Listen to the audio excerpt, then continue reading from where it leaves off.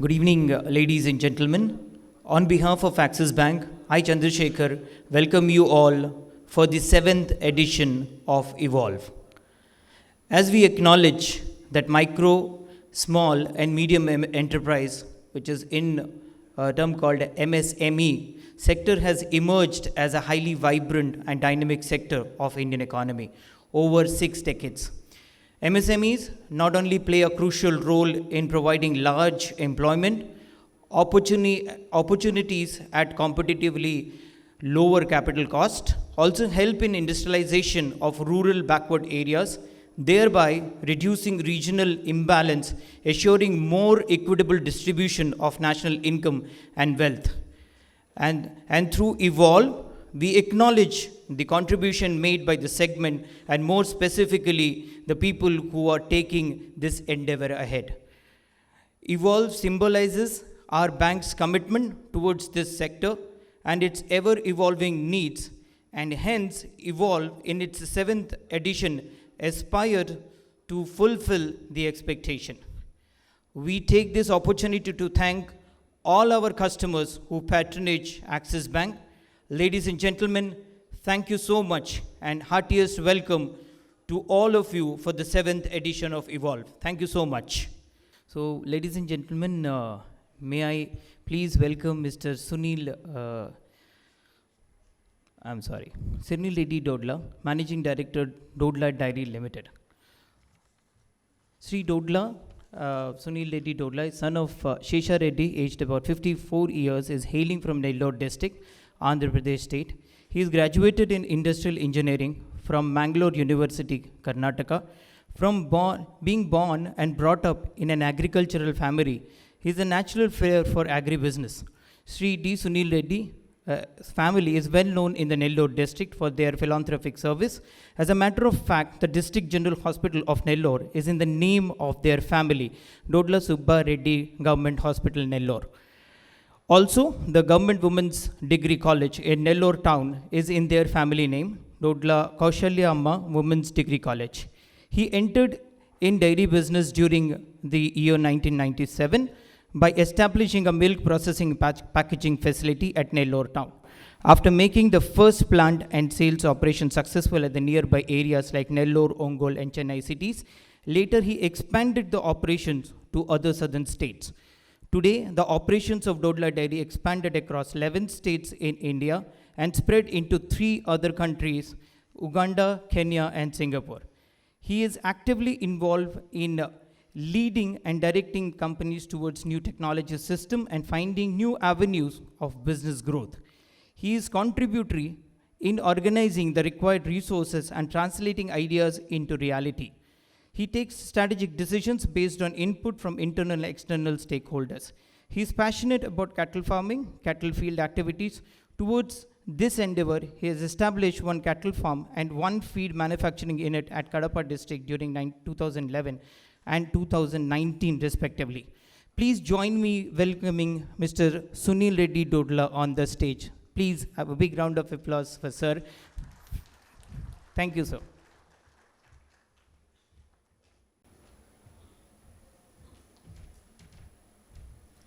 So thank you very much, Axis Bank, for giving me this opportunity to be present here. I'm here to share and also learn. Hopefully I'll learn also from you guys what else is happening and what's new and what's going on. Regarding the evening, I don't want to bore you, so if there's anything that you guys want to stop, ask, please be free, you can stop and ask me as we go. So let me start with this. When we say that digitization and exports, Dodla has not done much of exports. In my view, we have been able to do more of saying that why can't we be a global entity in terms of going to the other countries and operating. And this was predominantly driven from a simple logic of profitability. So for exports, for us, when I look at milk, we have enough of opportunity within the country in terms of the revenues and growth that we make in terms of when I compare it to the exports and what do we do. So exports should not be taken with any other view other than saying that why are we going there unless there's a distinct advantage. So since I don't know much about it, I'll leave that there because we did try to export a bit of products into the Middle East or Singapore legislation and seeing how we go through it. Present PLI schemes coming in with so much of impetus being given to grow. The opportunities are tremendous, but We have to learn a lot in terms of being cautious about our ability in terms of quality, sustainability in that. Coming to digitization, which is my favorite subject, and starting with banking and digitization, I think our growth can be attributed to a large extent in terms of digitization coming into the foray at the right time and not losing sight of it or doing too much of digitization. I come from, as they said, a family which came in from Nellore. My dad is of the old school of still saying that if I get up in the morning, I have to be in the office by 9 o'clock. If there's a plan being built, I must go stand at the site to see if it is being built. It's not wrong, it is required, and we are going to understand what happens in the last year. We were able to grow and transform because of the things we say digitization. Let me take us back. When we started in 98, when we used to have, let's say, operations in, let's say, 5 villages or 10 villages of a number, and we're dealing with, say, 100 or 1,000 farmers that we had to buy milk from, bring it to a plant and sell it to a city where we're dealing with another 100 customers. It worked very well when we were using simple tally. It worked very well when we were using any other information on costing, when we were putting it on Excel. It was doing well. To that, today, when we are handling, let's say, we are in 7,000 villages that we are operating. We handle with 1 lakh farmers on a daily basis.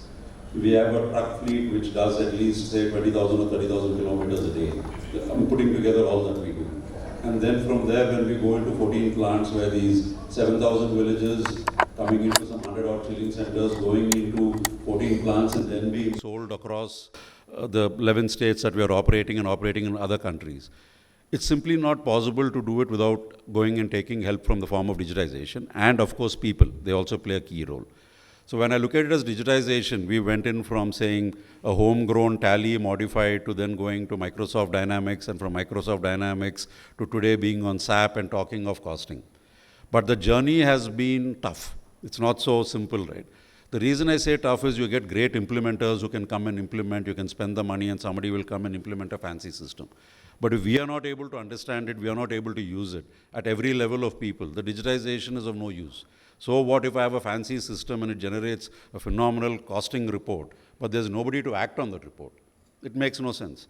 So don't go by the buzzwords of what people tell, right? It might be as simple as you can use a small BI tool, which can give you what you want for the moment or what you require and what you plan for the future. So in that, when you start talking of digitization, I was lucky that I had a couple of friends who were working with larger organizations. When they came to me and we were on occasions like this, when they were talking and saying, when do you pick the right digitization? It is difficult at the initial stages, but if you don't start looking 5 years ahead, thinking of where will you be from today 5 years ahead. And I'm not talking of a huge exercise that you have to do. All of us being in business and working have some guesstimate of where we can grow, how we are going to grow. Keep that in mind, and if that is doing well, then it is easier to come to see what kind of digitization you need.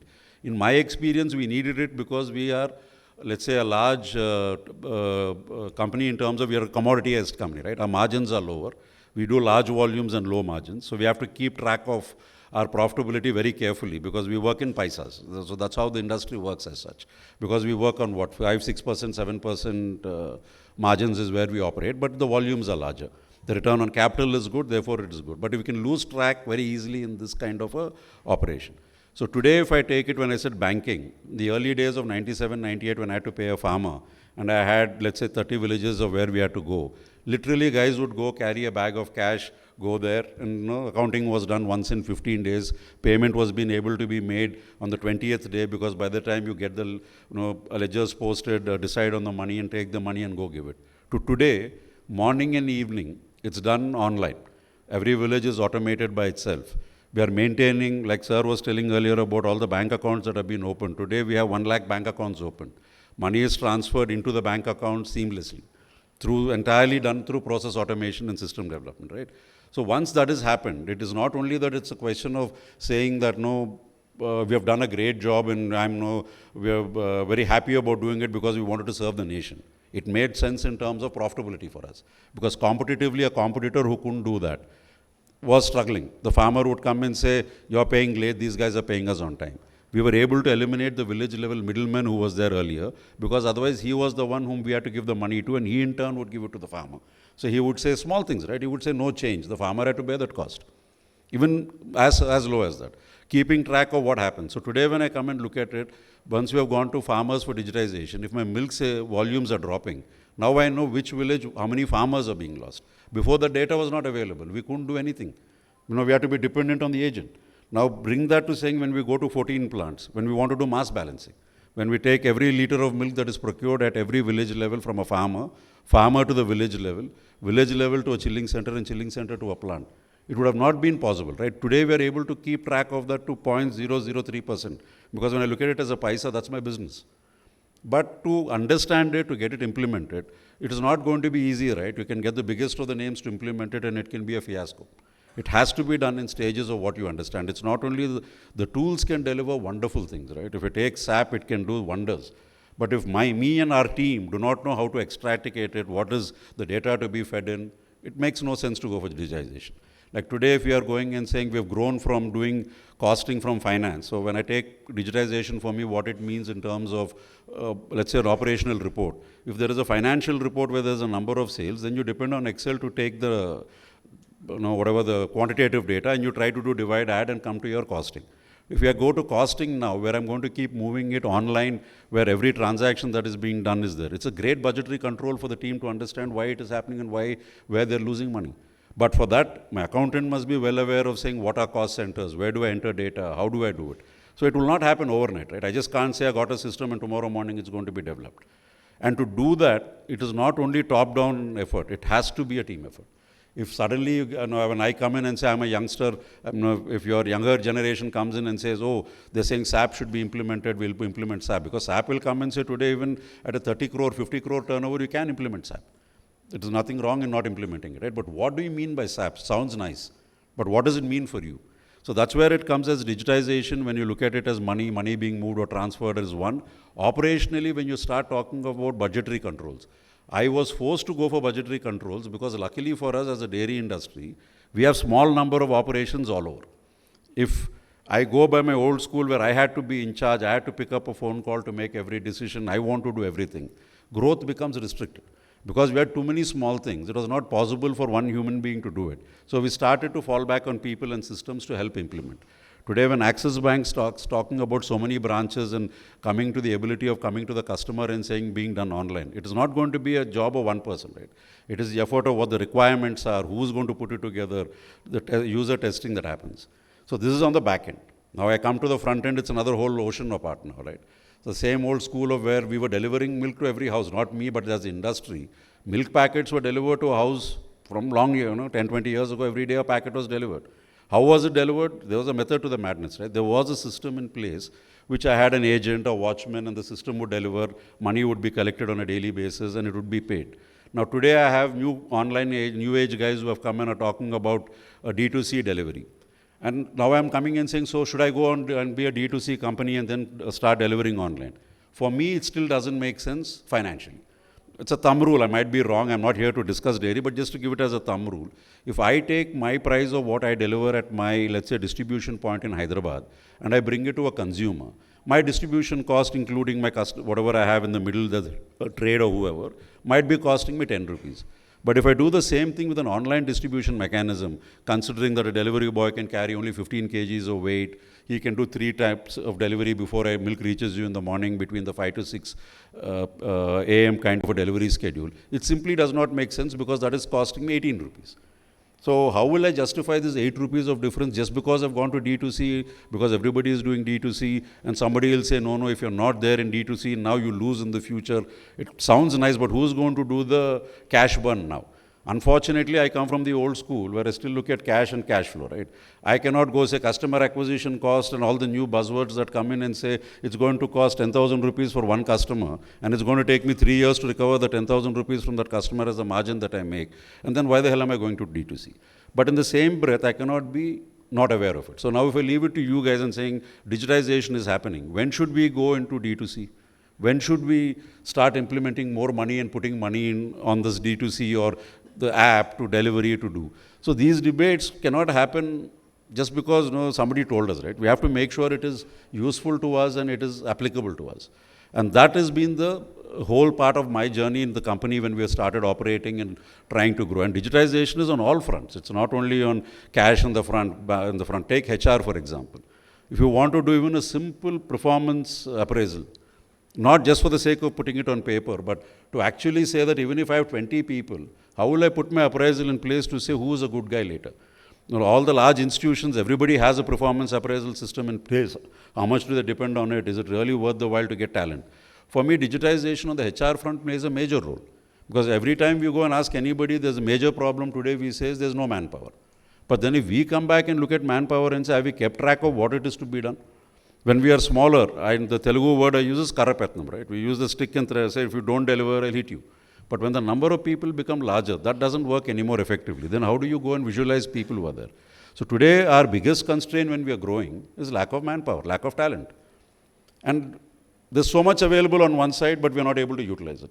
Because of not being able to identify it, you call it training, you call it the systems, because earlier when I used to get an accountant, I could get anybody, BCom, sit, you enter debit credit. Now on the other side, I said digitization, I've gone into a fancy system. If I don't train the guy to enter, then that guy is not of value anymore, then the flab is building up. So for me, it is all over. Once you start touching one, it goes all over the place to do that and do it. But I would say that at any point, if you don't start going into using some kind of a system betterment up to our understanding, it will not allow you to grow. It is pertinent to use the thing at the right time, but without it, you cannot grow. So I think a lot of times, if I take my father, for example, he would run it out of his memory. He would know by heart. If you ask him what his last quarter result was, he would remember it. He would know what his bank balance should be for him. So that system didn't mind because the system was here for him, right? Everything was what he knew. He knew everything where he was. So he would make a decision on what to buy. He would make a decision on what to sell. Maybe it was a type of industry he was in when they were into construction or whatever, where they had that ability to do it as an individual. But like I said, when I came into a one which was splintered with multiple SKUs of selling side with the buying side, it was not possible. But upgrading to it and going. So now when I look at it 25 years later, when we moved from a single plant operation to a multi-plant operation, and now when we say we're a listed company, the same breadth of digitization now comes to compliance for me. So today, if I look at it as a company which has multiple small operations, but Government of India with FSSAI and all of that, even if I have a small unit operating, I have to fulfill n number of things. So for example, I have a 10,000 line items of compliances that I have to do. You take all from the personnel front to all the acts that you put together. Now, where does it come? Again, digitization comes. So there's some company which gives you a system called Kavach, where you're able to upload all the acts. You're able to link it to a guy. These guys are entering, and then you see whether it is entered or not. Then you can get somebody you audit to do. Now, why am I saying this in compliance and solely building it? A lot of us also have that misnomer that we have this issue of tax, where we normally try to see how we can sort of meander around it. Will it help us to be profitable or not profitable? If we go for digitization, will that get affected? What will happen? How will it do? Whatever we are doing, digitization can do it perfectly well. If you want to create another kind of an entry, it can do. So do not get worried about whatever little things that you are doing, whether it is not possible to comply, because I'm not saying that we want to do it ourselves, right? Maybe the market is demanding it, the competitors are doing it, therefore you have to do. But that is not a reason for you not to go in for digitization, meaning using better methods to help. So digitization is a myth in terms of anything else, right? It's just a tool that you have to use to go forward. So that has been very, very helpful. So today when we are looking at growing, we are able to, let's say, as a cookie cutter model, if I can even go by 30% if I need to grow and I need to do, let's say, 30 more units to be deployed, the system is able to take it for and go forward, right? There is no hesitation. Now even to move forward and get it done and getting people to move forward, because if I train 30 people sitting in a system and saying, this is what you have to do, sorry, for finance, this is what you have to do for marketing, these guys are able to go forward and do it. And that's what is helping us grow. Now you sit in a distant operation, if there's somebody doing an operation in Africa and Uganda, and we are sitting here in Hyderabad, life is easy, right? You don't complicate your life. You don't start to be so worried about people, dependent on people. You're dependent more on the system. You know what has come in the morning, what has been processed, what has been dispatched, what has been sold. And today we are able to fine-tune it to come to almost a daily P&L, and which is, of course, linked to cash and bank after that. Right? And once that kind of happens, it's like me signing a check earlier, right? Every day I used to sign checks. So today to let go of check signing and say that the system, there is somebody who can go do approval. Banks give you the facility of checker, maker, and going online and approving. So why do majority of us want to still hold on to that check signing as your authority? It's because of no belief on your system. If your system is robust enough, if your processes are robust enough, you don't have to sit and sign every check that comes your way, right? Then you come and talk about it as the same system which gives you budgeting. Then it is pre-approved, right? Then you can always create a limit. Then you can use saying, the next thing when I be on the subject of checks was, I wanted to approve all the things, right? Every purchase order, I want to know what happened. After some time, it was only ego that I wanted to sign because I didn't know what 2 purchase orders before that were when I'm signing the 3rd purchase order. When the number increased, as though I remember what it was. Then you again go back to a system and say that I'll do exceptional. If there's any deviation of more than 5% from the previous purchase order, it should come up to me, then I will be looking at it for me to sign. I don't want to look at other things.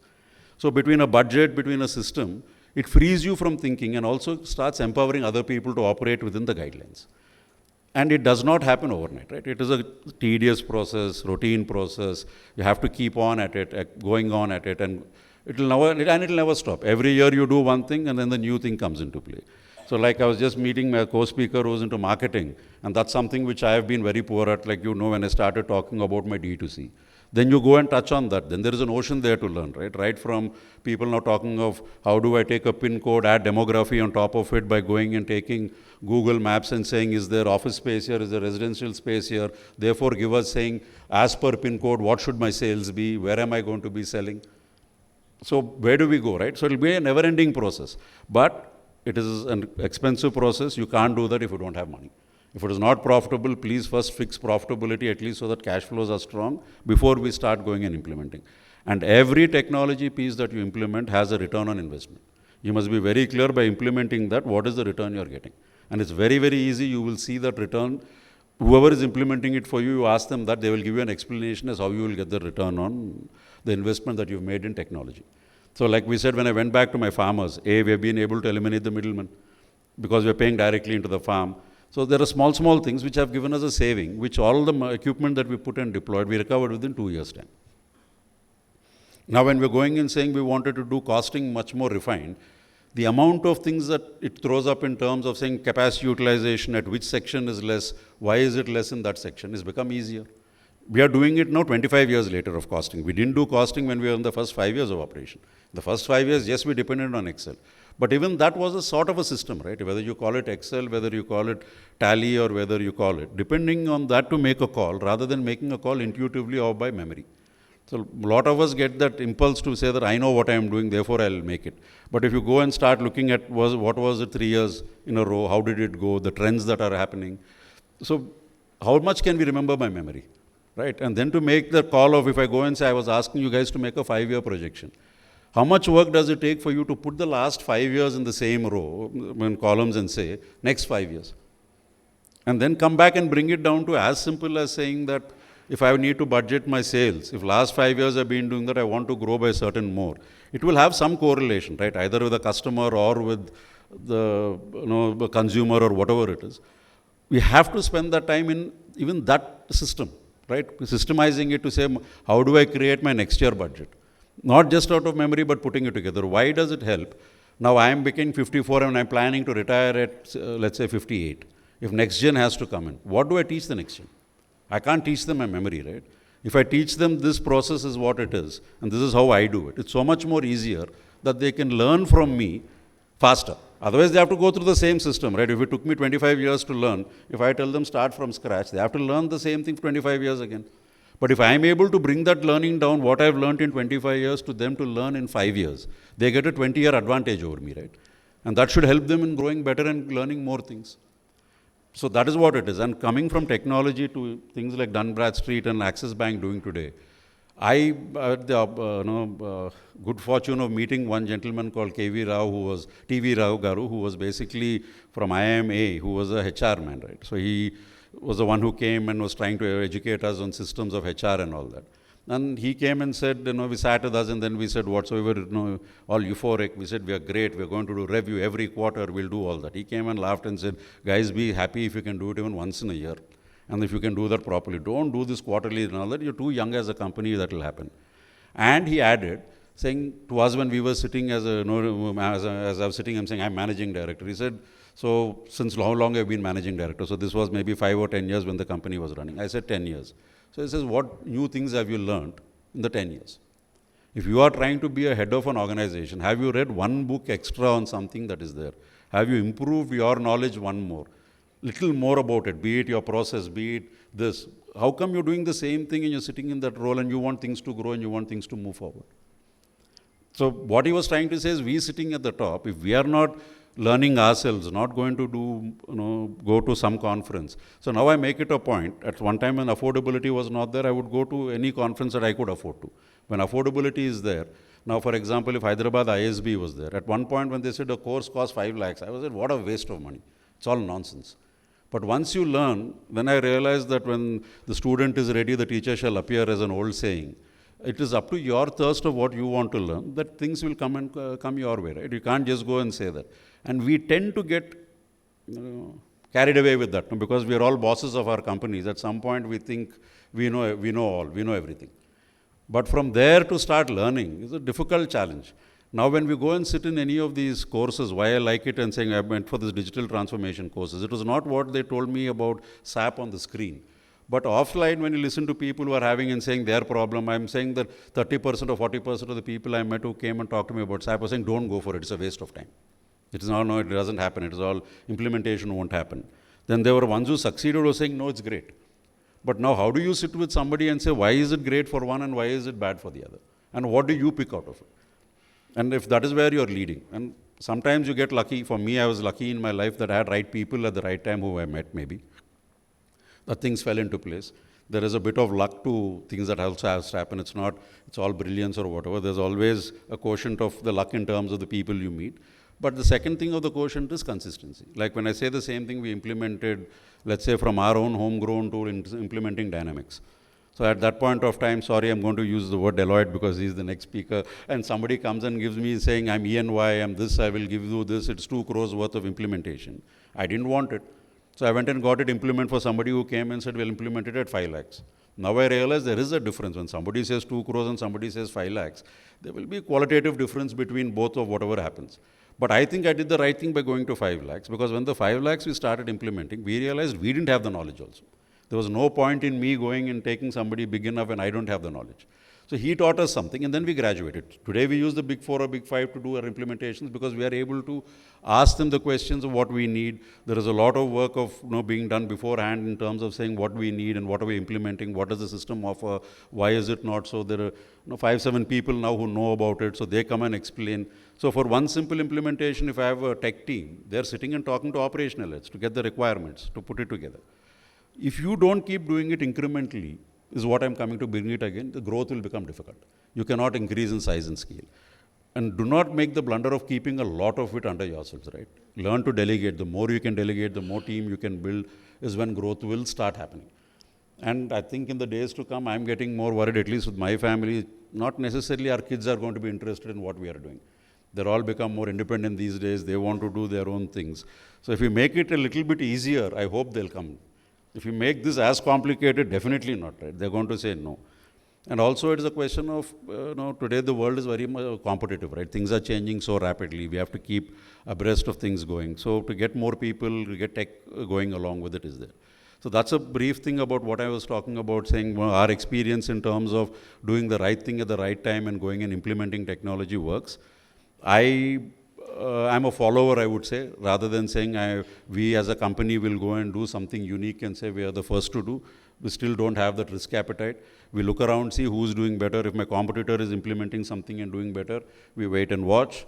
We go behind them to see what's happening. And if they're successful, we learn and implement it rapidly. We are not going and saying we are path breakers. We will do something which nobody has done before. We are simple souls. We don't want to take that much of a risk. We wait and see who's doing better in that field and going forward. And when it came to equipment, again I come with saying advisory, which my dad had given me, right? So early days when we bought our first plant, to go for a cheap plant or an expensive plant, I was of the view of cheap plant. My dad was always saying, don't cheap, it'll become expensive in the long run. When you don't know what you're doing, buy the best and it'll do well for you. Was a piece of advice I till date follow, even if it is for buying my tech produce. If you take all our plants now, they're all automated, right? Now again, automation has helped me save money in power, it has helped save money in product quality, and we were able to quantify that, right? I don't want to automate plant. Why? Just because it's a fancy thing to automate? Definitely not. It is to say that where does it help me? How does this help me? Earlier days when I started in 97 borrowing from IDBI as an institution, Those days, my rate of borrowing was 24% from an institution. 1 year moratorium for 4 years repayment, 24% borrowing rate. In today's world, it's unfathomable to think even how can you survive with that kind of things. But those days, even FD rates were 12 to 14% kind of a scenario where it was. But there was tremendous pressure on the system those days to pay cash, right? You have to generate money and pay money to the banks and the institutions and then go forward and taking it forward. Today, I think we can go for a little more optimization. The reason I bring that up is if that day if I bought a piece of capital equipment, for me to get that efficiency of the capital equipment if I was borrowing, I had to justify to cross the threshold of interest cost and only then could I do my improvement. But if today I'm just going to be pulling Axis banks like they are saying, if they're giving you, you have a 4% borrowing, right? And if you have some piece of equipment, if you borrow, which is going to give you an 8% or a 9% of efficiency, that remaining 5 or 6% based on whatever it is, you can use it and say it justifies my development, right? So the reason I'm saying is when you're asking about exports, these guys are better than us, right? If I take my dairy products, Indian dairy products are expensive in the global market. I'm not able to export much because of my price being higher. Why is my price higher? Because of the inefficiencies that I have. It's unfortunate that what I mean by my inefficiencies are that when we're thinking of plants, like I said, an automated plant, when I started, I couldn't afford it. But today when I have, it does give me a 2-3% advantage in pricing or costing. But the days when I couldn't afford it, I couldn't afford the 2-3%, which I thought I'll do jugaad and get it there. But if I'm going to be doing jugaad, I can't get the jugaad to be consistent. Right? So money also will play a role when you're doing your digitization of how you're funding it. Do you have a period where that money can come back to it? How are you going to deploy it? So keeping it in view of money, your necessity, when you can do, how you can do is there. And I must say that we're very happy that we're in India today. For us, tech is still cheap compared to global. Like if I go today and we are buying a plant, we're evaluating a plant to buy in another country. For me to take that plant and get it automated, from my knowledge of India to what a local guy is paying, we are at almost 30%, it was only costing us 30%. That means we're 70% cheaper because of the knowledge that we have in-house, right? We have a Pune-based guys who can come and put my SCADA systems and give me operational valves, being cheaper at 70% cheaper than the global players. Now, if I go buy equipment from China, like saying China growth, there is China, there is the Europe I can buy from too. China and some of the equipment people might say cheap, but not necessarily once you know what you're doing. The problem is language. If you need a spare, you don't know how to communicate to that guy, how to get your spare from that guy. But there's plenty of technology available all over the globe, right? And to make it a point to travel, again bringing it back to the education of travel. So for me, for example, we have 2 major shows in the dairy industry. One is in Germany, they call it Anuga, and the other is Gulf Food. So right, when I couldn't afford it, it would be maybe once in 3 years that we would go to see what is happening in the world. Then you go learn, right? The amount of things that are happening is going all over the place. And today with the internet, it adds to the problem of too much of information. What do we need? How do we go forward? So keeping all these in view and taking it forward and saying I'll do well in growth, will again bring it back to people have to come. You have to improve your teams, increase your size, enable the tech, and bring it down to a core value. So I'll just conclude with my last line of core value. So all this tech and all that, what does it do for me? So when I started operating, I was doing, let's say, milk, and I go to one of the guys in Bombay, and he asked me a funny question. He says, "Aap liter pe kitna banate ho?" So I said, "Sir, it is very difficult. Liter is not the same. 1 liter will have different fat. It will have different SNF. I don't know what." He said, "TK, that's not wrong. But if you don't understand your business and what you're doing on that base level of what unit you're making your money and what you're doing, and your entire system is not able to tell you that something is wrong, you're not understanding your business well enough." So from that time, if I take it in 99 or 2000 to today when we are doing with all this, it simply comes down to me to that. Today, my going to the office is to open it, the computer, and there is a little to educate on how to use sum equals to open bracket and use sum. The guy comes, he sends that file also to you, right? And you go and you look at it and then you see, what is this guy done? You change a number, it's not changing. It is not shoving down, right? So when you sit with them next time, you just turn it around and say, why can't you use this? It makes it much more simple. So the same education I got, right? So when I stopped in 97, 98, I stopped learning. But somewhere in 2003 or 4, a pivot table to be used. So I didn't know how to use a pivot table. I didn't know how to create one, right? But somebody comes across and teaches you that and saying, when you're asking a question, when he comes and explains it to you how to use it, then you have better well learn it yourself. So if something that you cannot learn and you cannot shove it down, you have to do the same with others, right? You have to be the same patient. Suppose if you are not able to learn anything, how would you treat yourself? Keep that in you and then do it for the same with the others. It is a patient game. I mean, emails, when we first wanted to do, people were so worried about viruses. We had one guy who said, no, you shouldn't use email only. So where does it go? Today, online banking, like sir was saying, scares me, right? I'm still not used to GPay linking my bank account to a digital account and getting worried about what happens. And we did lose money in those days, right? That phishing days, we as a company lost some invoice that comes, somebody changes the code, our guys happily transfer, and you learn. You have to learn and go forward. Don't shove it around, make them learn, and you will make mistakes. Hi, sir. Good evening. I would like to introduce myself. I'm meeting you for the first time, and it's very interesting hearing your journey of growth. Just to ask you a question in line with the statement you have made, that decentralization, I mean to say the delegation is very important for business, and you have also added that nowadays it's not important that your family, I mean to say your next generation will definitely be interested in taking over a business. How open you are in handing over the reins of the company to the best performing individual of your company? I would love that to happen even tomorrow or day after. So I am open, but I have to also learn. So what I mean by that open is, right, I have my independent director on board. I was talking about succession, and he gave me that answer, that open. He says, look, it's all easy. Have you decided yourself what you're going to do? Forget about whether you get a person or not. If I declare 58 as my retirement age, will I walk out of my company? And that is where I think I am open enough to say that I won't walk out of my company, but I'll change my designation from a managing director, leave my room, and not come on a daily basis. That is my amount of walkaway I will do. Maybe I'll come back on a monthly basis. You mean you still have the fear of linking your bank account with Google Pay? No, now I've started paying. I was forced to, like how you go there somewhere and somebody asks to pay. I was forced to pay, but from a company side, I'm worried about how do I account for it. Right now, we are also having lots of locations where guys are now doing pay, whether it should be to the individual agent's account or should we centralize it to a company, how do we reconcile. Tech comes with its associated things, but yes, learning along the way slowly. What according to you will be the role of HR, human resource in the growth of the company?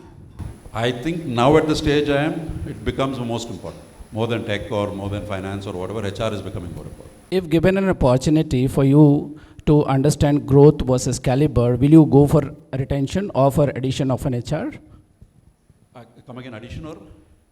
If given an opportunity, the employee working in your company is not able to upgrade himself, or he is trying to upgrade himself, so will you go with the policy of adding an employee over him or retaining him and training him and taking it forward? So we follow a basic thing of training and retaining. And earlier we were much softer at that, so we would give a little longer rope to say that, oh, if not this year, you will do next year. Now we are taking the training pretty seriously, competencies to training and then telling them, but giving a time frame. Right? Yes, you are there, it's better that we train you, we will give that 6 months of window or 1 year of window. It's not going to be a never-ending training process.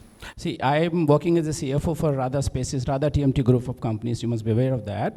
But instead of asking you finance questions, because that's my key competence, I'm able to handle it, I want to understand the management questions, because you're managing a business, handling the portfolio of a managing director. Here, one thing I want to emphasize and ask you, sir, just to gain knowledge, what according to you are the crucial aspects where the management decisions comes into picture, and how open are you on delegating and understanding the probabilities and proposals given by your senior management, maybe below you, your CEOs or CTOs or CXOs, whatever it is. How open you are going to force your decision, give instructions, or rather make them responsible by giving an opportunity to operate? So I think the way we have grown, like I said today, when we have so many operations and all that, right? It's only because of the delegation that has happened. Like today when we come and say, I don't look at P&L anymore. So P&L is something as a debate or a discussion that comes in earlier saying, what do we need to do earlier, what do people do? But what does my decision come?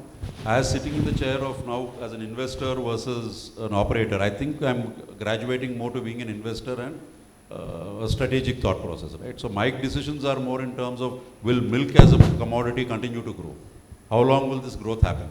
And that is what the feedback comes from. The guys will come and say, don't worry, don't complicate our lives. We still have a lot more to do in milk. I back off because they deliver. And that has happened as a two-way street, because in 25 years, a lot of the senior management is what, now 15 years, 18 years, they're retiring, but we, and then new talent coming in. They've delivered. So it's not me, but when they're delivering is happening, it's very easy to step back. Now, what according to you should be the focus of your establishment in the sector of R&D, and how open you are for taking the risk? what are the factors you are going to consider while doing this R&D process and establishing a new product or business, whatever it is? Like just, I told you guys before, right? We are a sort of a risk-averse company. We don't do much of R&D. We wait for others to do, and we're very good at follow-on. But we will start R&D in my view. Once, let us say, 10% or 5% of my free cash flow can be invested in something without worrying about return. Kind of a scenario where the size is also substantial enough in terms of what talent I can hire. Then R&D matters. Like if I'm in the food industry, I am still in the commodity of selling milk or milk products. Right? I can go into geriatric products, I can go into other formulations. I think for that to happen and get to R&D, we still have a long way to go in terms of completing our knowledge. Like I said, we're still poor in marketing and branding. We have to learn that. HR, once all the other things fall into place is when we'll go for R&D. What according to you is the difference between marketing and a sale? How do you differentiate? See, brand and marketing for me is saying that sales and distribution is like almost like a push. Marketing and brand should get a pull from me, customer pull from me, broadly speaking, right? If I look at it, today when I talk of myself as a brand, and if I go and say we are going to give a quality product, now how do I define quality? Right? A consumer's view of quality is different from me sitting in manufacturing. I have a ton of other issues that come to me as quality. But brand for me is going to be as much as my village level agent must understand what Dodla stands for, as much as what I preach to the customer of what he is going to be looking forward for. Until I have that kind of confidence, I don't want to go in brand. Right now we are trying to make it as visibility that people know that we exist. Right? But for a brand that I must stand by something, if I say quality, I must give you X, Y, and Z, and you should go test anywhere, and that should stand by. So to get there and to be confident that everywhere we do is going to be there is what branding will come. Okay. And marketing, like I said, is to create the pull. So thank you for the questions. Thank you so much. Thank you. Maybe more can be taken off. Yeah. Thank you so much. So Thanks, sir. Thank you, sir. Thank you. guys. Thanks, sir. Sir, thank you so much, sir. Such a great journey. You have started a white revolution for a small place like Nellore and spread across the globe. And it's a great thing, and really enlightened the speech with you. Thank you very much for accepting. Thank you so much. A small thing we have. Sir, thank you, sir. Thank you for sharing your time and your perspective with us. I would like Harnath, sir, to please hand over the bouquet as a token of appreciation from our side, sir. Thank you so much. Please give him a big round of applause. Really appreciate your time with us, sir. So, ladies and gentlemen, kindly join me in welcoming our second keynote speaker for the evening, Mr. Praneeth Kumar, Director, Customer Strategy and Design, TMT Practice, Deloitte, India. Sir, he is a director in the Deloitte Customer Strategy and Design Practice focused in telecom, media and technology industry. He has over 18 years of experience and advised clients on strategy growth and innovation. He has worked with various diversified global TMT clients across the world, advising them on their end-to-end digital transformation journey, helping them imagine and deliver customer lifecycle management solutions. He has played strategic roles in shaping up digital transformation roadmaps from defining strategy to delivering solution, and has a global experience of working in US, UK, and Indonesia. He is specialized in strategy planning, growth, digital transformation, digital product management, business process design, technology strategy, and agile transformation. He did his Bachelor of Engineering from BIT Mishra, Ranchi, and has an MBA from Indian School of Business. So, ladies and gentlemen, please put your hands together in welcoming him, Mr. Praneeth, onto the stage. Thank you, sir.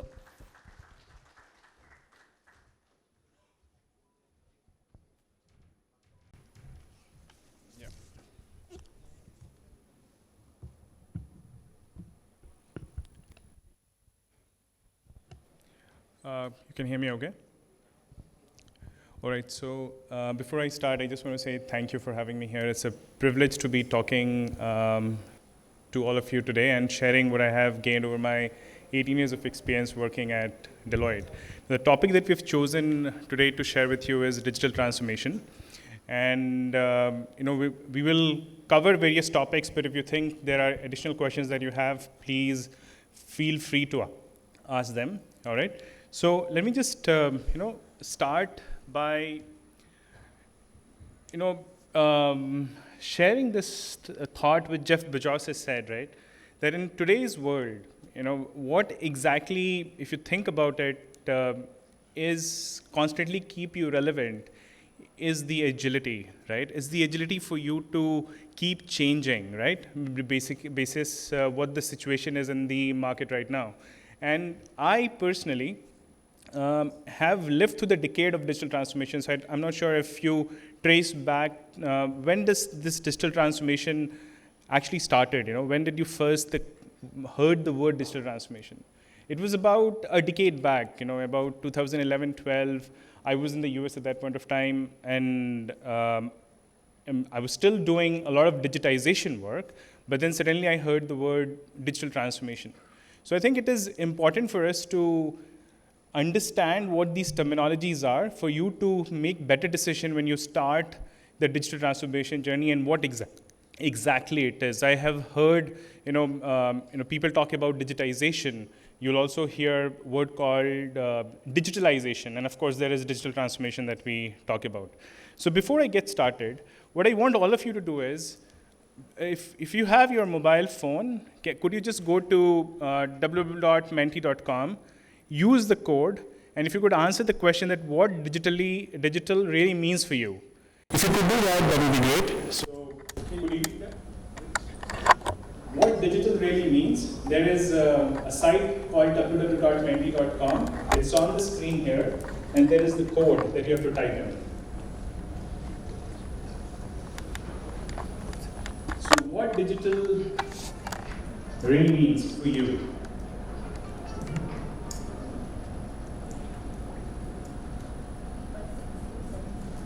You able to see the code out there?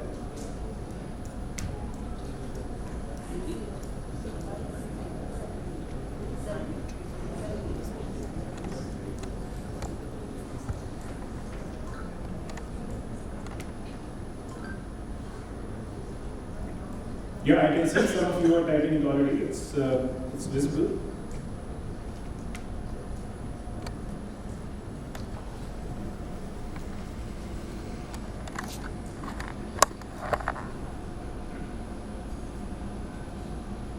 From behind code may not be visible. If you can spell it, maybe state. So the code is 35607090.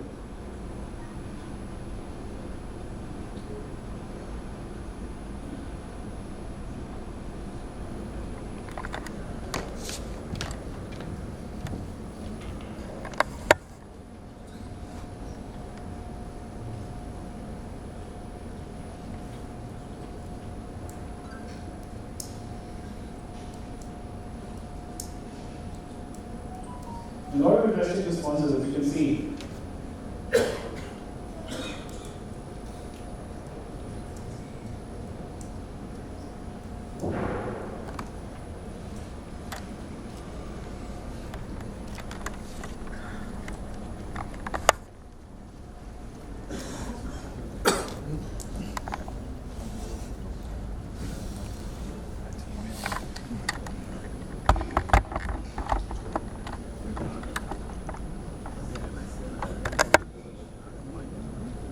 Maybe another 10 seconds and then let's go through the two things about it.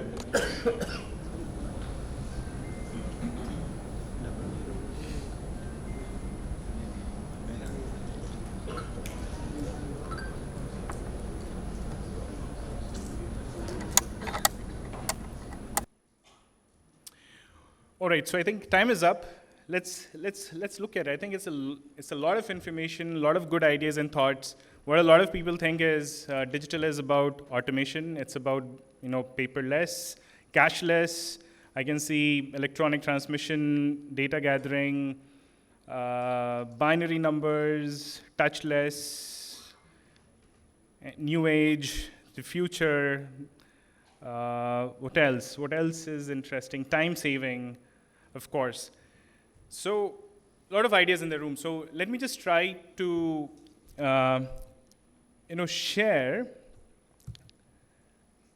few the minor differences between the words that we use when we talk about digitization, digitalization, etc. So let's start with a very basic thing, which is digitization. You know, digitization in a very simple way put is anything which is analogous, anything which is manual, you convert that into electronic form. It is as simple as saying that you took notes on a paper and then you click the photograph and you send it to your friend. It actually is digitization. You have converted something in an electronic form, right? So that's digitization. Or an example could be that the loan application that you have done, you have applied for a loan. Initially, it used to be a paperwork, but now that you have filled an online form, it is actually digitization of that particular form. But then the next big thing is that what is digitalization, right? When you think about digitalization, it is actually when you apply digitization to the entire multiple process of doing something, right? Let's say you have applied for a loan or anything that in your business process that you think about, it has 20 steps. At each step, if you've used digitization to move from one step to the other, it's no more a paper going from one desk to the other. It's actually a workflow that you've designed that comes from one people to the next person, all in an electronic form. That's called digitalization. So now you must be thinking, what is digital transformation, right? And you know, growing up, I have over a decade of experience in digital transformation space. The definitions in my mind have changed, but what has kept constant, I'm going to share that with you. What digital transformation really means is, you know, at a very basic level, if you have to understand, it's basically an ability for your organization, you know, to change and transform your business depending upon the situation of that particular time. All right? It's not something, the change will be in a constant way. It's basically at that time, what change is required for you to stay competitive, for you to win in the market, for you to have your customers. And I'm going to give you some example that what it meant to me when 10 years back, right? And what it means to me now, basis the things the way it is today. So if you remember about a decade back, there was, in a 2011-12 timeframe, there were no smartphones, or maybe iPhone was just one of the first few versions of iPhone was launched, right? The network itself, your communication network itself was not ubiquitous. It was not everywhere, right? You didn't have 4G services. You were able to do voice and data to some extent is what we were trying to do. And smartphone just came in at that point of time. But telecommunication was growing. You were looking at a lot of, you know, accessibility. The network was actually expanding.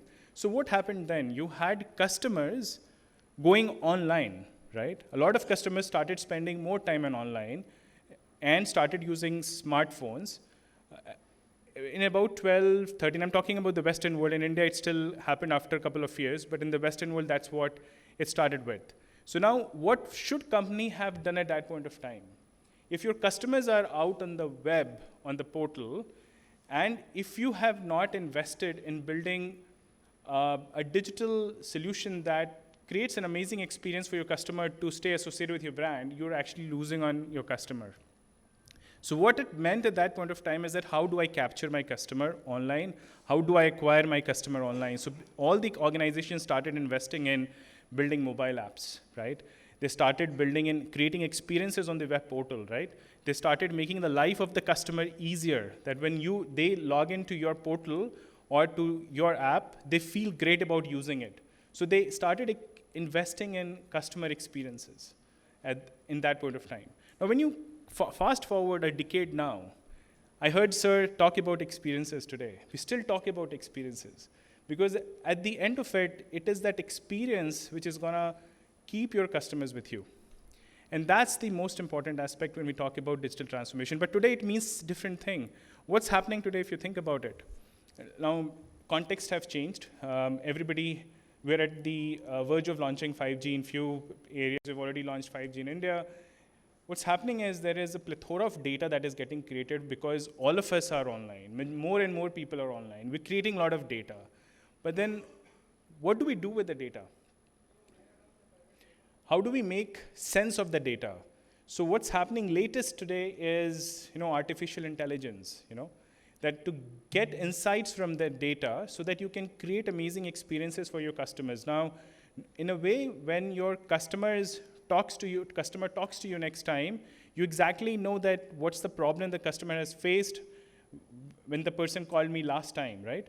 So to create that experience, now you have to, so now if you think about from a digital transformation perspective, today people are trying to solve the data problem, that how do I have meaningful sense out of all the data that the customers are creating and still create value for it.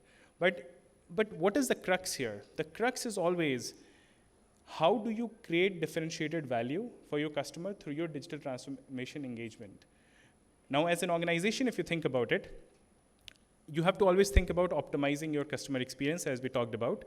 The other thing that you have to think about why customers will stay with you is whether you're taking new products to the market, right? How often you enhance your product portfolio that you're taking to the customer. So if you're launching new offers to them on a very frequent basis, if your time to market is fast, right, then your customers will see value of associating with your organization. So that's the transformation from a business perspective that you think about. But when you talk about organization, at the organization level, you have to do a lot of changes. The ways of working, how nimble you are. I remember, the clients that I worked for a decade back, to make small changes used to take a lot of time because people have had like very heavy systems, very heavy processes. So what the companies have started doing is that how do I make our processes within the organization very simple, So there's a focus on oversimplifying the processes. There's a focus on, when I'm defining the processes, is it enabling me to capture data of a particular customer in the entire journey of my interaction with the customer that will help me make certain decisions to provide that experience with the customer. And if you are thinking in that direction, then that will lead you to investing into a right digital transformation solution. So what I want to tell you about is that if you think what are the characteristics of a digital enterprise, if you are in a journey of becoming a digital enterprise, what are the key elements that you have to think about, right? In essence, there are three things, right? Three things that you have to stay focused on. One is, how do you adopt exponential technologies that are out in the market today? Be it the mobile phones that we're talking about. How are you capturing your customers on the mobile phone? How have you invested in, let's say, AI technology for that matter, because there's a lot of data. So anything on the exponential, even for that matter, IoT, right? So if small scale businesses, I understand from my own research that there are a lot of businesses that are trying to capture information through the IoT sensors to create experiences for the customer. So how have you invested in these technologies to create the experience for the customer? But most importantly is the concept about digital mindset. Now you may ask me that what does digital mindset actually mean? Now, I think, let me just start with saying that what exactly is mindset, right? So if you ask me that what does mindset mean to me or to anyone, right? Mindset is about how you think about a particular situation, okay, and how do you react to it. So for example, if there is a tough situation out there, somebody may feel that, okay, there is no need for me to try something out. But if somebody who looks for opportunity in the tough situation, he has a mindset of actually going and saying that, okay, I see opportunity in this bad situation. So that's kind of how you think about mindset. But when you think about digital mindset, what would a person who has a digital mindset be thinking about is that given all the technology choices that are out in the market today, what are all the different options that you have in the market today, how is it going to create an opportunity for your business to stay competitive, right? To do better than your competition? Is the digital mindset that you as a leader have to think about building in yourself, cultivating it, and then of course, when you have demonstrated yourself, your team will actually try to copy what you're doing. And then finally, in this entire system, we say that you have to always have this continuous feedback loop, okay? Now, basically dependent upon whatever actions that you're taking, how are you putting it back into the learnings that you've had and how you're putting it back into the process of redoing it, going back to the board. So I'm gonna share certain point of views with you that when you are in a journey of a digital enterprise, the way I see it or what I have seen clients doing it, there are multiple stages of digital transformation, right? So as I said, what was the first stage? The first stage was that you have to capture your customer digitally. Because customers are coming online, they're all over the internet, they're using internet, mobile phones, etc., etc. So how do you capture your customer digitally was the first step. So what did companies start doing? They started investing in front office solutions, which was basically be it marketing, be it sales, be it customer service, the customer lifecycle management solutions. So that was the first stage in which a lot of companies started investing in anything which was front office, be it mobile apps, etc. Then when they realized that, okay, we have done a good investment in the front office solution, what is next for me? So the next that the company started doing was investing in transforming their core operations. When you think about core, anything which is at the back office, right? So which is not visible to the customer, but anything which is at the back office that you have to go and invest in, right? So that was the core transformation.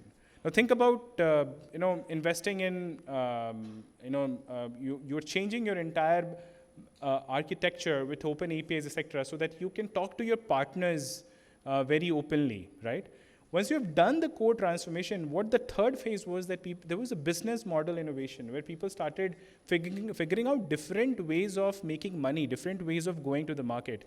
Just because I made my system so open, it created a lot of possibilities for me to partner with different businesses out there and have different ways of making money. So there was different types of business models that companies started taking to the market. And then the last stage, which I call it, is that how do you then optimize everything, right? Once you have reached the third stage, the final stage is optimization, that how do you optimize your everything that you've done from business, and how do you continuously actually innovate? Now, I heard somebody saying that digital transformation is not like a 3-day or a 4-day or 2 years journey. It's a journey for your lifetime because you have to stay competitive and relevant. But remember the drivers that you have to think about. Why do you do digital transformation? From a business perspective, there are only two things, right? I mean, one is the top line. Second is your profitability or EBITDA is what you're thinking about. How does digital transformation helps you in both these two things is what you have to be very clear at. Now, if you think about what happened in COVID timeframe, when shops shut down, there was no movement, but there were companies who had digital channels in which they were getting customers. They were still able to protect their top line. They were still getting orders, right? So if you have invested in your digital transformation carefully, then it helps protect your top line, right? So that's one driver for you to think about it. It helps you keep your customers, you retain your customers, you invest in the experience so they are not going to leave you. So it helps protect your top line. The second, which is your bottom, is your cost optimization. So how do you think about doing cost optimization when you're thinking digital transformation? I was serving a client in the US, and you will be surprised to know that they had created over 200 digital FTEs. What is a digital FTE? It's a robot. It's the bots. So they figured out a lot of manual activity which could be done, which people were doing it. I could all automate it, and I can create a bot to do that particular work. Now, what does that mean? You're actually saving that 200 FTE amount of work. You've automated it, repetitive task, and you're using the time that you have saved on people that were spending and putting across in different use. So that's where your cost goes down. So it's an example of how you could use digital transformation even to enhance your profitability. So that's the keyword here. You have a competitive differentiation, and you focus on your profitability. And at the same point of time, you do minimize your enterprise risk, as in times of COVID, companies like Tata Consumer, companies like a lot of companies, they came into being at that point of time. Okay, so that's kind of the drivers that I want to share when you think about digital transformation. Okay, I want to share certain myths that people have about digital transformation, which is also very important for us to know. I'll not go through every list out here, but I'll just want to share a few which is very close to me. Digital transformation is not owned by the chief digital officer, for instance. It's not a CDO job to do digital transformation. It's actually the responsibility of the entire organization. From your business owners, the business unit heads, to your CDO, they together own the agenda of digital transformation, because it's not just IT solutions that you're talking about. You're talking about business metrics. You're talking about increasing revenue. You're talking about growing your NPS. You're talking about growing your CSAT scores. You're talking about how do you increase your profitability. So it's not just an IT thing, right? So it's a lot of business metrics are driven by the digital transformation initiatives that you've done. And I remember sir saying that Axis Bank is like an IT company, right? My mentor used to tell me that every company at one day will become a technology company, because that's exactly what will give you a differentiation out in the market, right? So how do you invest in this digital technology with a proper outcome in your mind will set the shape for your next steps. And last point out here, which I want to talk about, is that the digital transformation is not quick. So don't try to rush into it, okay?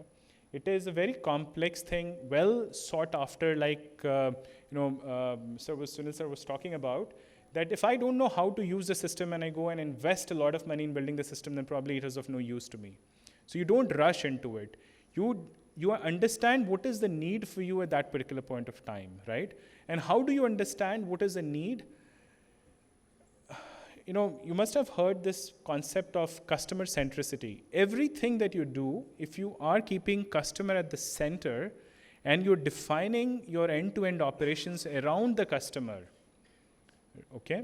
If you're making technology decisions around the customers, if you're creating partnerships around the customers to make the life of the customer easy, if you have done your operating model like that, then you'll be very successful in rolling out solutions in a way which is minimal viable changes that you can actually sustain, right?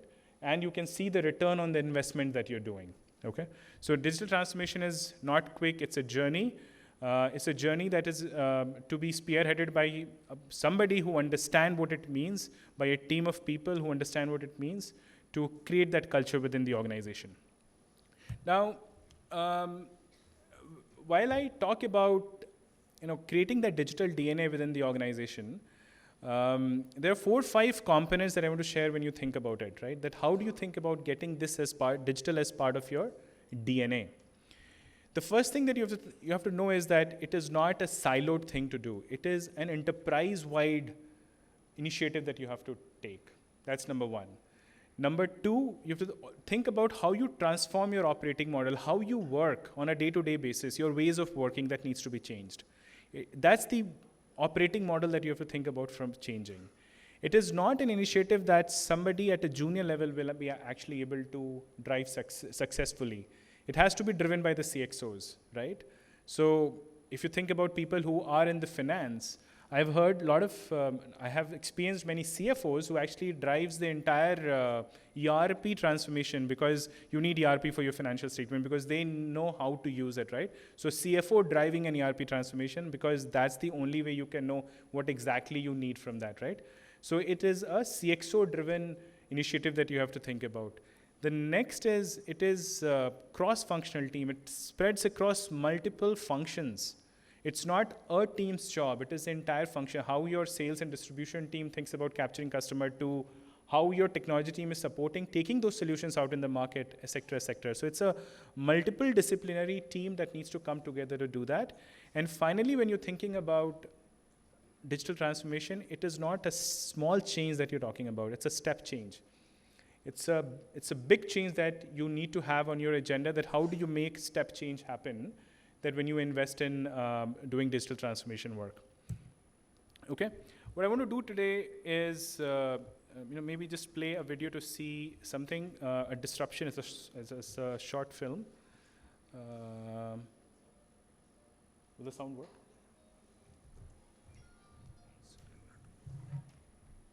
I'm sorry, Mr. Baker, but you've developed a severe gluten intolerance.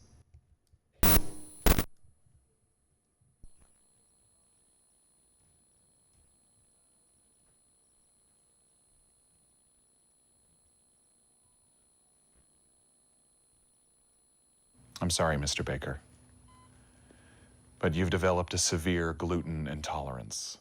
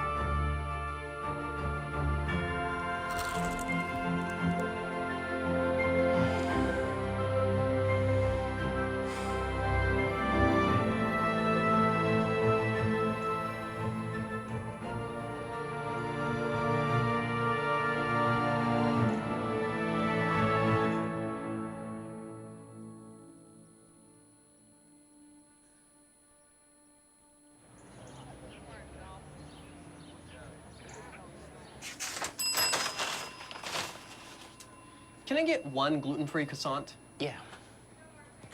Wait, does that have butter in it? Yes. You wouldn't happen to have any without butter, like a butter substitute? Like olive oil or canola oil? Coconut oil, grapeseed oil? I mean, any oils at all? I gotta return this croissant. Return a croissant? There's no nuts! I took a bite. No nuts on the inside. No almonds, no cashews. There's no peanuts in there. There's no walnuts. I expected nuts. I'm allergic to nuts. I'm also allergic to eggs, milk, butter, sugar, soy. I'm not allergic to nuts. I'm not allergic to anything. I just want no nuts. That's nuts. Too many nuts. Too many nuts back there. Is there nuts in that thing? Is there nuts in that thing over there?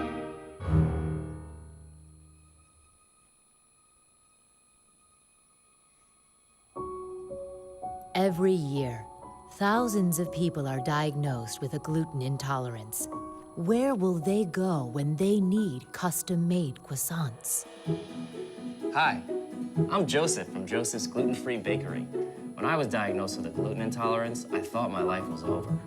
But after seeing just how many people want custom-made gluten-free croissants, I seized the opportunity to cook up the Croissant Creator app. The Croissant Creator app. With over 3 billion combinations, the Croissant Creator app allows you to build your croissant any way you like it and have it delivered fresh to your door. Or come on down to the store and ask for Joseph. I'll make it for you myself. He will make it himself. Joseph.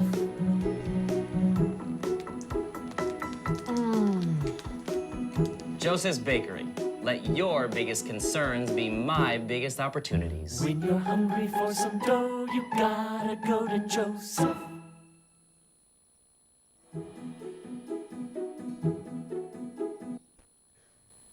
So what do we learn? What we learn from here is, there is always an opportunity, in any given situation. The idea is that how do you look at that particular opportunity? And that's the key thing when you're talking about digital mindset in creating within an organization. Now think about some of the companies that we see today in India, for instance, right? I'm an Indian customer. I take the gas cylinder. I mean, how many of you remember that, a few years back, in order for you to do a refill, it was a SMS that you would send it with your customer ID, and then they will send it, and there is no way for you to figure out where is it in the entire fulfillment journey, etc. But today, they have an app, and you can go and do an order booking on the app. And I feel great about it. It had changed its experience over the period of time, but it's constantly changing.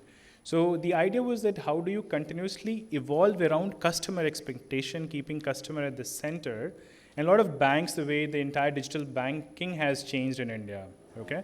Even if you think about the telecoms in the country, right? I never thought, at least 7-8 years back, that I'll be using Wink music on my phone because Airtel has thought about offering Wink services, So what has happened over the period of time is that people who have thought about being a digitally transformed organization, they're constantly innovating what solutions and offerings that you can take to your customers for they to be sticky, have the stickiness with your brand, right? So how do you continuously create that value and create different business models around it is very important.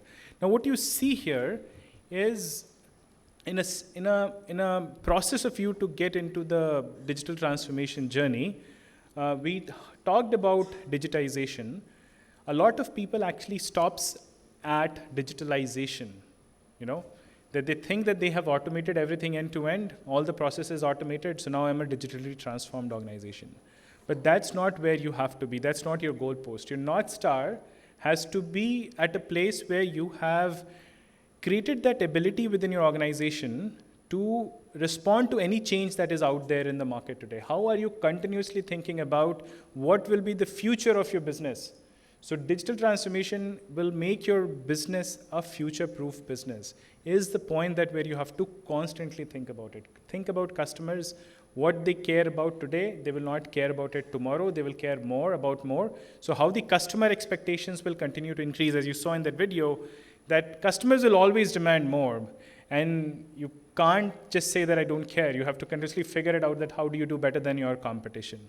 So that's the idea about being in digital transformation. I know I am in between you and your dinner. So what I'll do is I'll share a few important things. I'll try to, I have few slides, but it will take more time. In order for you to think about accelerating and becoming a digital enterprise, the digital DNA that we talked about, the most important thing is that you have to decide on what's your strategic direction for digital transformation as enterprise. Do you know what your ambitions are? Sorry? Okay. So do you know what your digital ambitions are? Are you clear on that? And if you're clear on that, what could be the ways of working that you have to do to change in the way organizations should work to become a digitally transformed organization? And then finally, in all of this, there are layers which I'll show you quickly. What enables you to get there is technology. Okay? So invest in the technology wisely to take you there. And then, as an organization, I always feel that it's very important, the leaders that you are in the room here, you play a very critical role, right? Because you create that culture of accelerating the digital transformation in the organization. Do you have a culture? I heard sir talked about that there could be failures on the way and you have to just accept it. You just have to fail forward. You have to fail fast, right? How do you go try something out all the time? I used to serve a client and the way we were organized, we used to have digital product teams. We used to create digital products. And every cycle, there was a time that was budgeted, which would say that I would go and experiment on some innovation that I want to take it to the market. And nobody cared that what is the outcome of that. You invest, you build something out, you demonstrate it to the business that can I take it to the market? If it happens to be a good prototype that can be taken to the market, well, let's just try to put into the production. Or if they say that, no, it doesn't make sense, you just simply kill the idea. No questions asked. So the company started budgeting those hours to invest in innovation at a constant pace. And what it did as a part of the project team, what I felt was it kept your team also very excited. If your team members are not excited about doing or researching or exploring, doing something new things, they're not going to stick around, right? So they are constantly researching and experimenting on new things. So try to build that as part of your culture is very important as far as your digital journey is concerned, that how do you, as a leader, encourage innovation? And at the same point of time, take care of your teams. Don't only just focus on customer experience. The latest trend is you think about total experience, right? And now what does total experience mean? It is your employee experience, that how do you create good experiences for your employees, be it well-being, etc. Customer, anyways, we all talk about it. But then also is your partner experience, that how easy you make your life of your partners to do business with you. I worked for a client for which 95% of their business comes through partners.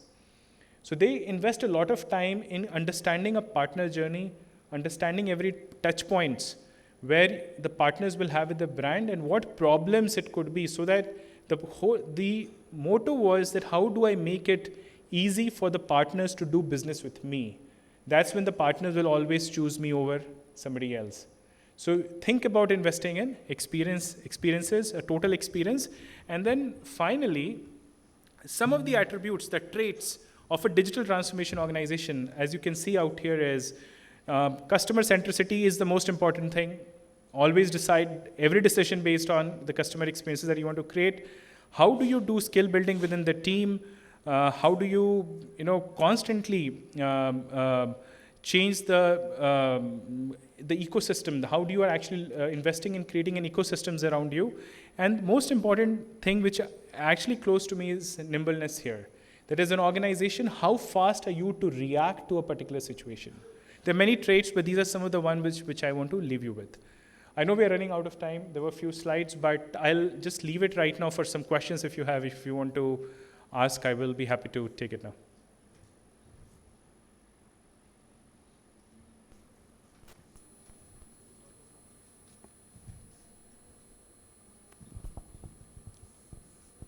Yeah.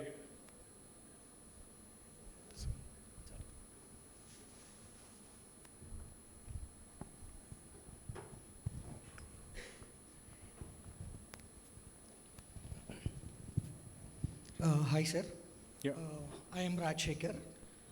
Just very recently, you are talking about the digital-centric, customer-centric, and a digital enterprise. Right from my childhood, I am tickling with some kind of a question. Maybe decades past, we are digitally transforming a lot, right? Using the smartphones or using a number of things. But still, we are left behind filling up the feedback forms. Do you really think that adds on something to a digital enterprise? Are they losing something, or are they losing the track of customer centric? Because here many business delegates, they come here, they sit for some time, they listen, they share the views.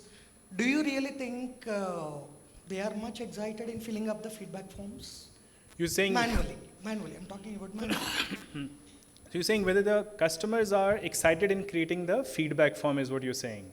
Not creating, filling Or up the filling the manual feedback forms. form, Yes, right. yes, yes. So that's exactly the point, that how easy do you make it for the customer to give you feedback is also a very important aspect of it, okay? So I'll give you an example. There was an organization for which we were working, and it was a call center that we were creating on, and I think the point that we're trying to solve is that how do you reduce the call handling time? So every time a customer calls, the customer is on the call for 3 to 4 minutes, and that's like a lot. So you are actually spoiling the customer experience because the customer is waiting. The second is even the cost that you're doing for serving your customer every time a call comes in. So the way we tackle that was that so the way the entire solution was designed, and this is where the design thinking comes into picture, is that on every page, if the user, your call center guy, feels that there is a feedback that I want to report to the design team, that this step can be improved because I take more time in answering the question which the customer is asking, it captures the feedback real time. So if you've enabled in the digital journey of a particular customer to provide that feedback easier, it will actually increase the chances of you capturing the feedback. But as long as you keep it manual, the feedback would not be there. Even if you think about the number of customer complaints that people get, how many of us, if we have a bad experience, would call up and say that, I don't like your product, it's bad? There will be very few people. But always use this logic that if you hear one complaint of a particular nature, note that there may be tens or 20 of other customers who are also facing the same problem, right? So that's the other way for you to solve, because I think what you're looking at is that how do you ensure that your customer complaints are acted on in a very responsive way is the outcome that you're looking for. So those would be the ways for you to handle it. One more very small question, might be so silly. Not being technically fit won't be fruitful, maybe from your experiences. What is your comment on it? Not being technically fit? Yes. What do you mean by technically? Maybe like digitalization, transformation. So technically, if you are not aware, doesn't it lead to a fruitful journey of a business? So see, if you as a business, if you own a business and you want to start a digital transformation journey and you are the owner of that, then it is your responsibility to train yourself. One of the reasons why a lot of organizations fail is because the owners don't, or the leaders don't train themselves of what it means to be a digitally educated person. Because that is important for you to drive the right culture within the organization. You may not be the right person to drive the agenda. You could hire somebody to drive the agenda, but you cannot stand out and say that I'll not educate myself, let everybody else take care of it. You just heard Sir, learning spreadsheet and pivot tables and then SAP and whatnot, how to use it. There's no choice. You have to. Otherwise, people will just follow in your organization and it will be a bad behavior to set up, example to set up. Thanks a lot. Yeah.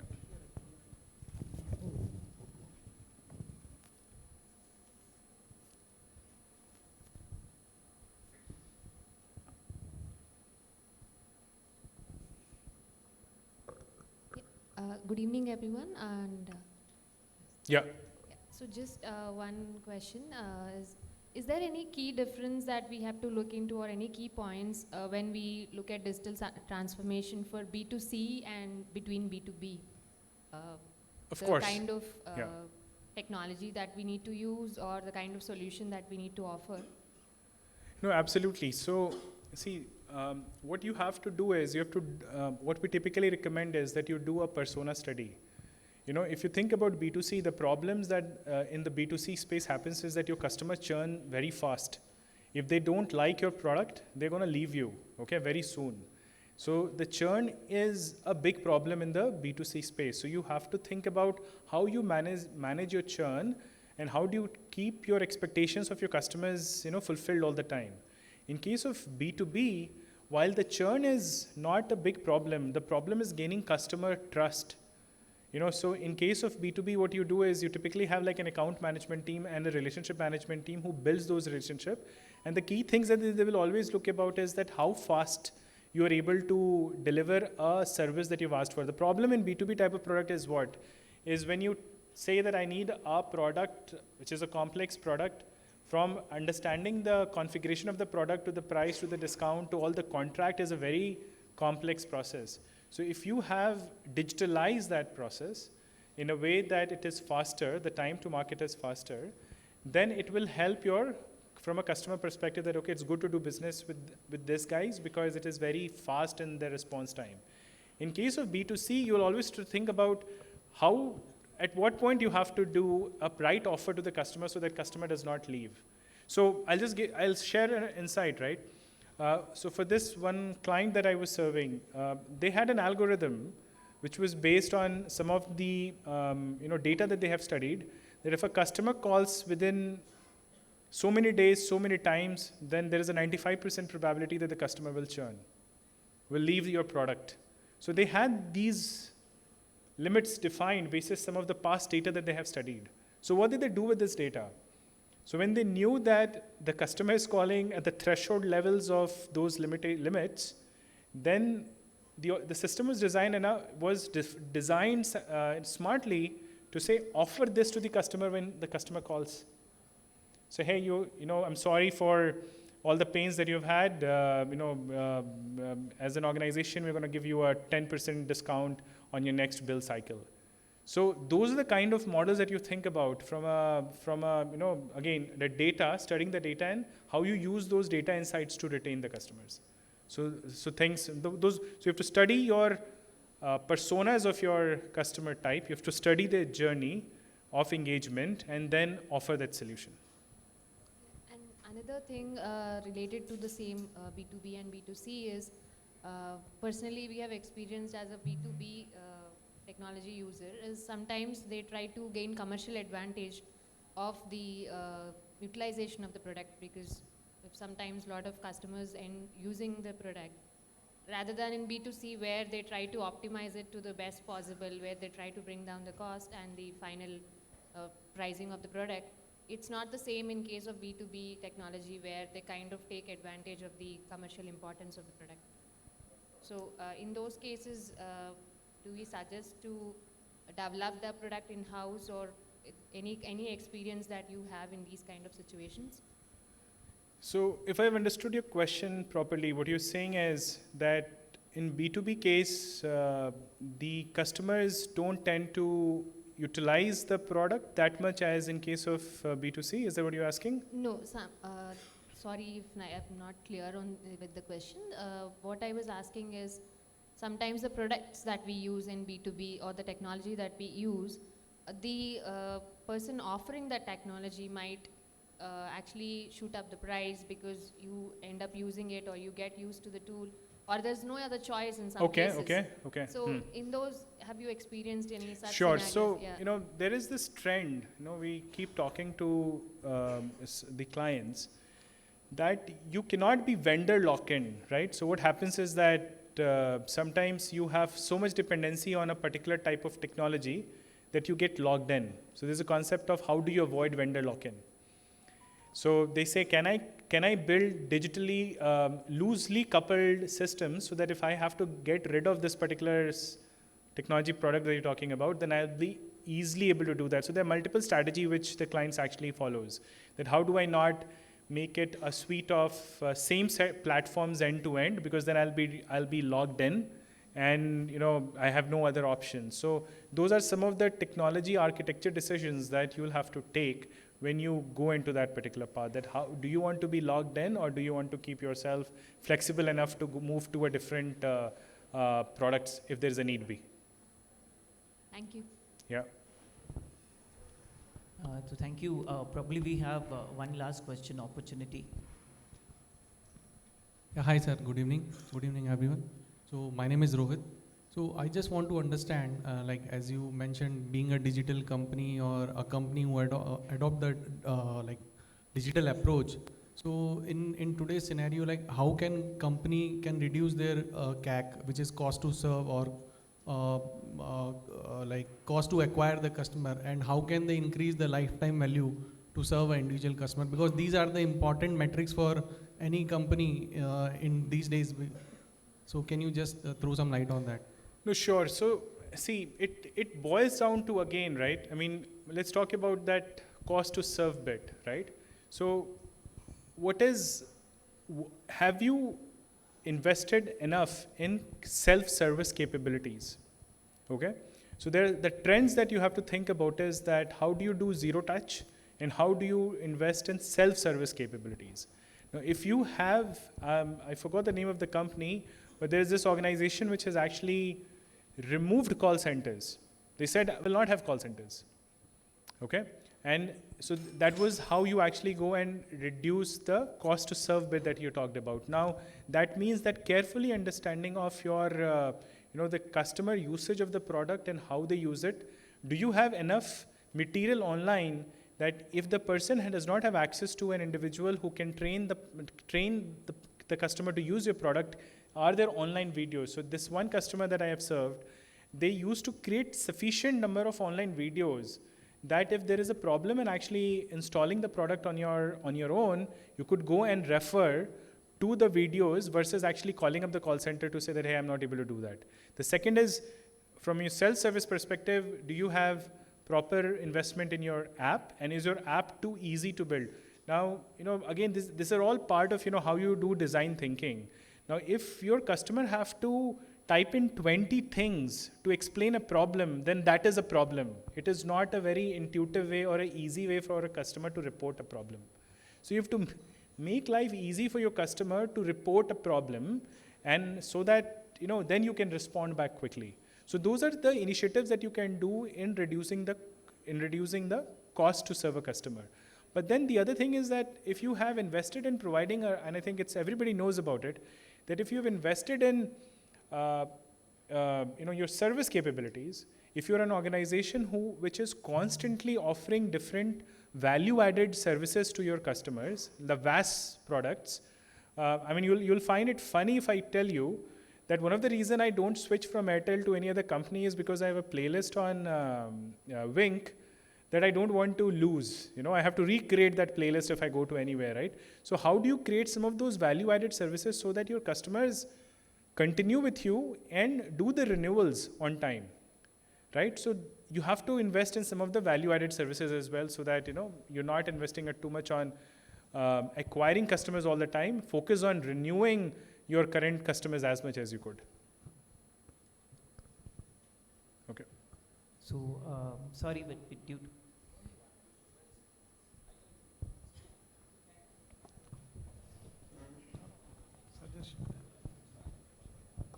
Yes, sir. Hi, your insights are really interesting. All this time we were talking about the rewards post-implementation of digitization. What, according to you, are the risks upon transformation to digitization? So what do I see it as a risk? Okay. So I believe anything not done properly will have a risk to what you do, right? So think about if you were in a paper world, everything was done in paper, all your confidential information was in paper, but if you don't have a proper mechanical lock, then somebody will go and steal it, right?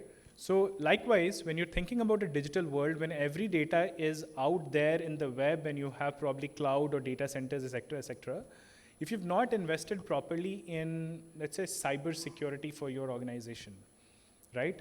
If you're not taking some of those key decisions, then that's a risk that you could have. If you're not aware about the regulation itself. Now, we were serving a small organization which did not have because they were starting up and they did not know all the regulations. As simple as a simple thing that, you cannot store your customer data outside of your organization if you're looking at a SaaS world. Now, that could have regulation penalty impact.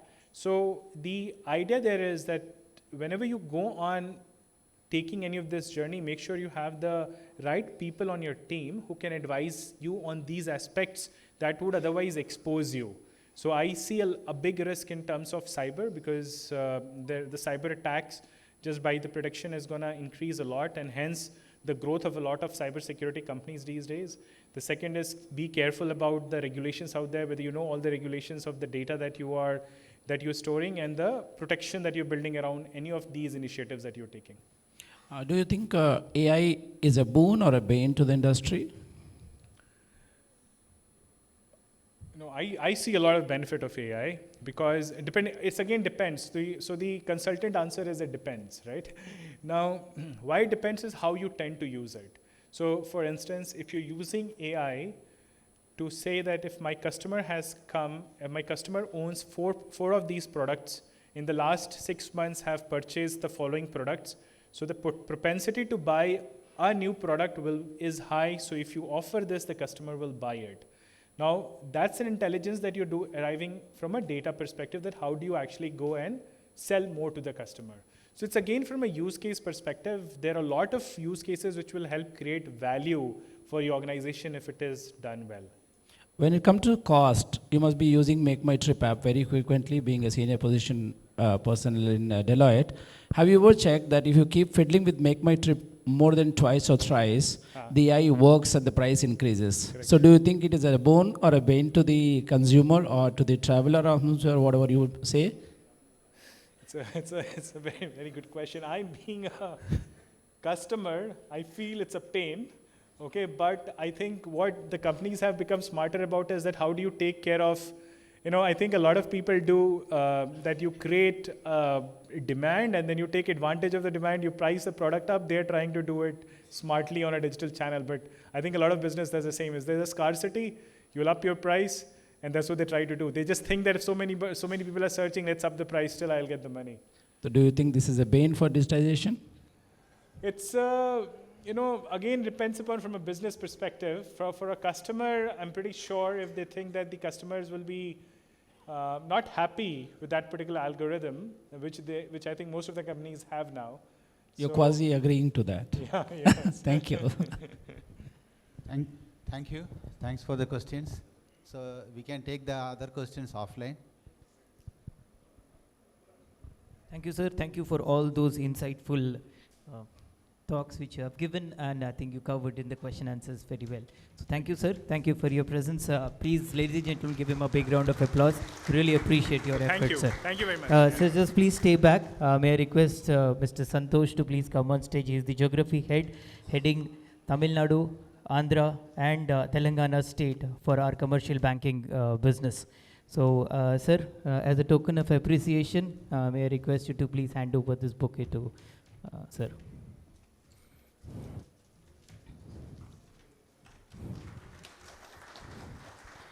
And sir, as we move towards the conclusion of this Evolve 7th edition, may I request Mr. Santosh to please share his thank you note. And thank you very much, sir, for your presence. Thank you.